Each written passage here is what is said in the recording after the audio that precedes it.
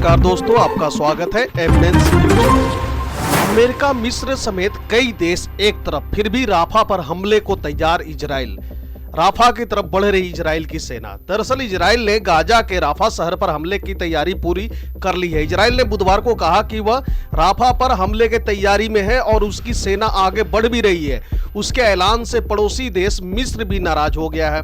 Israel और Hamas के बीच युद्ध थमने के बजाय और बढ़ता दिख रहा है। अमेरिका, ब्रिटेन समेत कई देशों ने इजराइल को सलाह दी है कि वह युद्ध से पीछे हट जाए। इसके बाद भी इजराइल ने गाजा के राफा शहर पर हमले की तैयारी पूरी कर ली है। इजराइल ने बुधवार को कहा कि वह राफा पर हमले की तैयारी में है और उसकी सेना आगे बढ़ भी रही है। उसके इस ऐलान से पड़ोसी देश मिस्र भी नाराज हो गया है। इजराइल यह हमला करेगा या नहीं, या कब करेगा, इसकी कोई टाइमलाइन अभी तय नहीं है, लेकिन हमला कभी भी हो सकता है। जो इजराइल को जानते हैं वह इस बात को मानते हैं कि इजराइल जो है कि जो कहता है वो करता जरूर है, वो छोड़ता नहीं है। अगर उसने बोला है कि वो राफा पे हमला करेगा तो वो करेगा। वो और बात है कि टाइमलाइन अभी तक फिक्स नहीं हुआ है।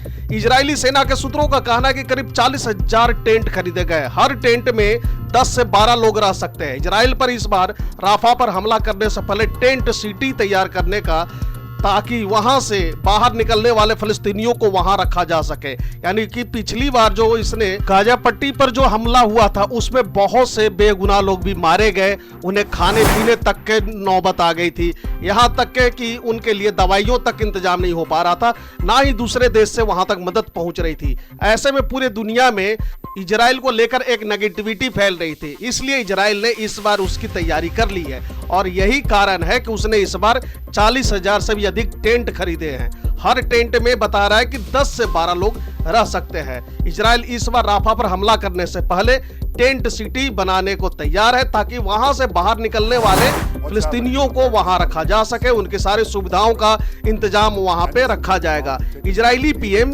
बेंजामिन नेतन्याहू खुद कई बार दोहरा चुके हैं कि राफा पर हमला किया जाएगा। गाजा का यही एक शहर है जिसमें अब तक इजरायली सेना नहीं घुसी थी।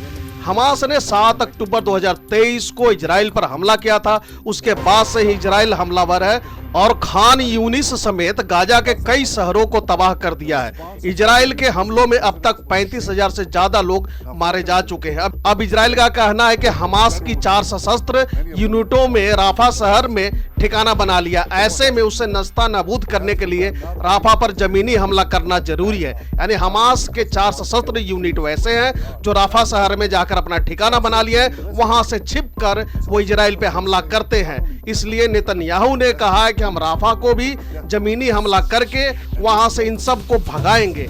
इस बार इजराइल यह सावधानी भी रख रहा है कि उस पर आम नागरिकों के कत्लेआम का आरोप न लगे, इसलिए उसने हमले से पहले टेंट सिटी बनाने का प्लान बनाया है, ताकि राफा से निकलने वाले जो शरणार्थी होंगे उनको वहां पर शरण दी जाएगी। वहीं मिस्र के राष्ट्रपति अब्देल फतेह अल सीसी ने इजराइल को चेतावनी दी है कि यदि उसने राफा पर हमला किया तो यह परिणाम भुगतने के लिए तैयार हो जाओ। राफा शहर पर हमले को लेकर मिस्र इसलिए चिंतित है क्योंकि वह उसकी सीमा से सटा हुआ है। पहले भी गाजा पर हमला होने के बाद से बड़ी संख्या में फलस्तीनी मिस्र चले गए थे। वैसे भी राफा शहर की आबादी करीब 10 लाख की है। मिस्र के अलावा अमेरिका का भी कहना है कि इजराइल को यह ऑपरेशन नहीं करना चाहिए। बता दें कि इजराइल ने दक्षिणी गाजा से अपने सैनिकों को वापस बुला लिया।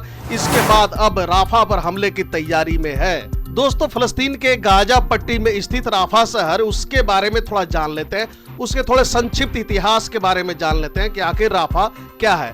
राफा, जिसे अरबी में रफह के रूप में जाना जाता है, फलस्तीन के गाजा पट्टी में स्थित एक शहर है जो मिस्र की सीमा के निकट है। इसका इतिहास प्राचीन काल से ही महत्वपूर्ण रहा है, क्योंकि यह स्थल विभिन्न सभ्यताओं के माध्यम से और कई युद्धों में एक महत्वपूर्ण स्थान रहा है।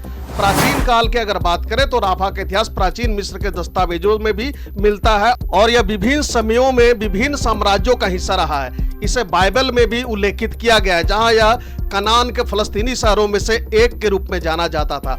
अगर वहीं मध्ययुगीन काल की बात करें तो मध्ययुगीन काल में राफा इस्लामी शासन के अधीन आया और कई बार इसका उल्लेख ममलूक और उस्मानी साम्राज्यों के संदर्भ में मिलता है। उस्मानी साम्राज्य के अधीन यह एक महत्वपूर्ण प्रशासनिक केंद्र बना रहा।